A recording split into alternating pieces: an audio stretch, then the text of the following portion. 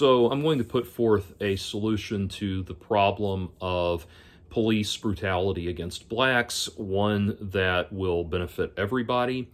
I feel like this is something that could be potentially controversial because there are people out there who think that, a white person has no business weighing in with a possible solution on this issue, that we should humble ourselves to listen to only black voices in this manner.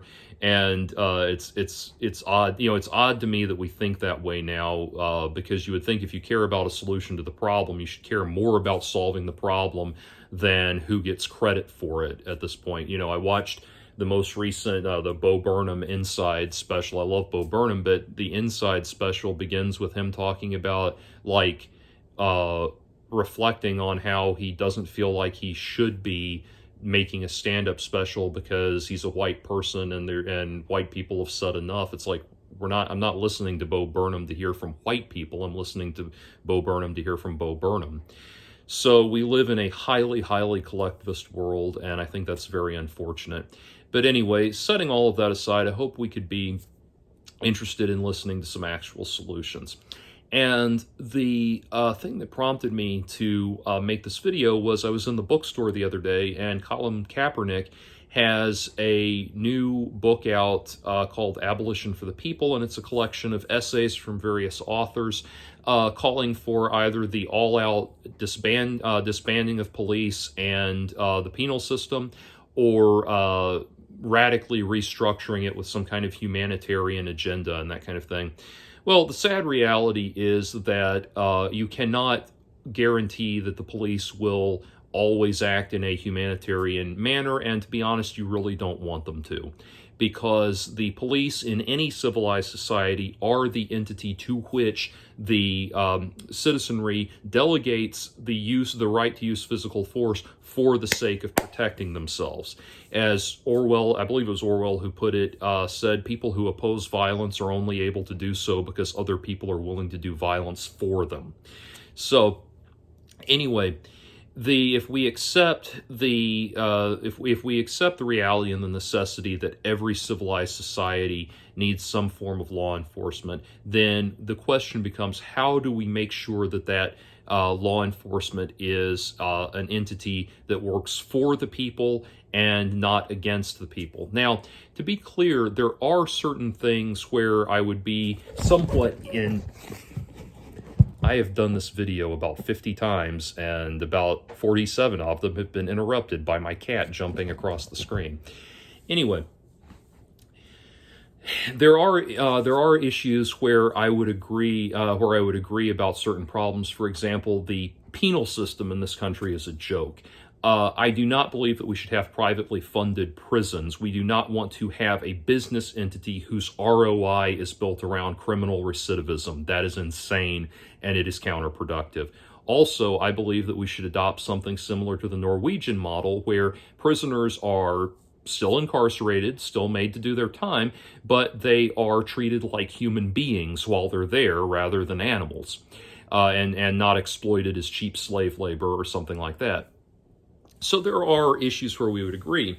However, while I'm opposed to private prisons, I want to put forth a radical idea that I certainly don't think is more radical than the idea of doing away with the police altogether. And assuming that that's what Colin Kaepernick means, I decided not to go into the book in depth because I don't want to find myself in the self-imposed trap of feeling the need to go through the book point by point and refute every single thing in it. Rather, I just like to offer a better, more proactive solution. So, the thing that I believe really would solve the problem of police violence against blacks and against everybody is privatization of the police force. Stop and think for a minute. My reasoning for this is that for 2 years, I worked as a dispatch officer for a privately funded police force. It was a police force that was privately funded by 2 college campuses that we served, and we patrolled those college campuses as well as a 3-mile radius around those college campuses. Now, to be very clear, this was not what you call campus cops, which are glorified security guards. This was an actual honest-to-God police force. Officers carried guns. They could arrest you. They could take you into the, lock you up in their holding cell and interrogate you and all of that stuff. They were a just real honest-to-God police force. However, they were privately funded. And when I was being trained, the lieutenant who was training me was showing me around, and he explained to me, he said, we have to interact differently with the students at these campuses than we do with everybody else because they pay our salaries, and they literally pay our salaries. And he said what happens is most police officers are protected by the tax shield, which means they're not paid directly by the people. They are paid a portion of the taxes that are, the people are taxed, and a portion of that tax money is allocated to pay our salaries. So because of that, police officers have a wider berth for within which to act because they are not directly affecting their customers. Whereas he says, we, a private, and this is, this is obviously not verbatim, but summarizing what he said, we as a privately funded police force have to interact differently because if they are not happy with our service, they will take their money and go. And I think that is the basis for how to solve this problem. Think about it. I'm not talking about having one privately funded police force. I'm talking about having multiple privately funded police forces. Think about this. You're required by law to have car insurance if you drive a car. You're required to have car insurance. By the same token, we tell people they are required by law to have membership with a privately funded police service, just like they're required to have membership with an insurance company. And so you, the buyer, and this would, and you, at this point, there would be, I'm talking about a total abolition of tax-funded police, totally put it in the private sector. The courts and the law enforcement, the courts and the prisons remain publicly funded for reasons I just described. The law has to exist objectively, but the police become privately funded. So you're no longer paying taxes to support the police. You're now able to take that money and buy coverage from one of these privately funded police forces. Okay, so imagine then that you call 911. You need a police officer out on the scene.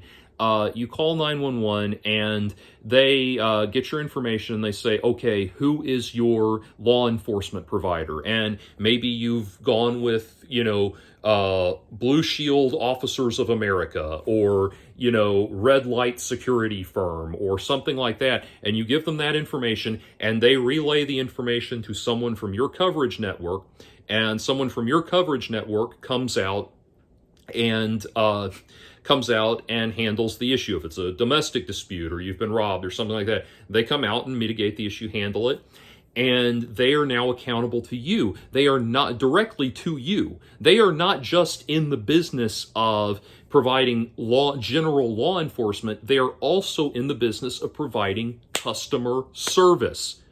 And private entities will hold their employees accountable if they are not delivering good customer service. If their profit motive is based on you not disconnecting, not terminating your Blue Shield Officers of America insurance and going over to, Red Light Officers Emporium or whatever, the other one is going, or the Red Light firm or whatever it is, going to a different provider. If it's based on that, they have a vested interest in doing right by you. Now, let's say that you are the person who is being targeted for police action. You need to be pulled over for speeding or drunk driving, or you need to, or you are the person that, the law enforcement law enforcement is contacted because of something you've done. Somebody thinks you're breaking into their home or something like that, things like that. Okay. Either the officer on the scene comes out and they say, okay, let me see your coverage, just like they can ask for your car insurance coverage. They say, let me see your coverage. If they are, if they are from a different service provider, then they say, all right, you have the option to contact or we have the option to get somebody from your coverage network to be out here to be present as well. Do you want that? You can get that out. You've got a police officer that's there to provide good customer service to you, representing you on your behalf right there in the moment. Okay, let's say that let's say that it's somebody from your coverage network that pulls you over, that has to arrest you, that has to take some kind of action against you.